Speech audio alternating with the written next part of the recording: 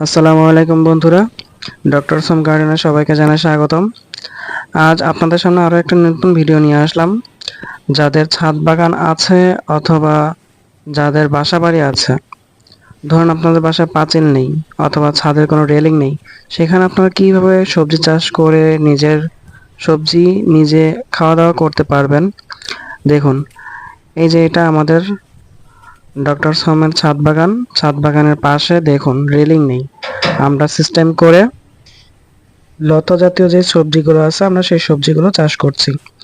দেখুন, এই নেটগুলো আপনারা আপনাদের কাছাকাছি শহরে বাজারে খুব সহজে পেয়ে যাবেন এবং সেইগুলো আপনারা এইভাবে একটা পিলার রেলিং করে, দেখুন ওই যে পিলার দেখা যাচ্ছে, রেলিং করে সেইভাবে সেট করে আপনারা এইভাবে টাঙিয়ে সবজি চাষ করতে পারেন।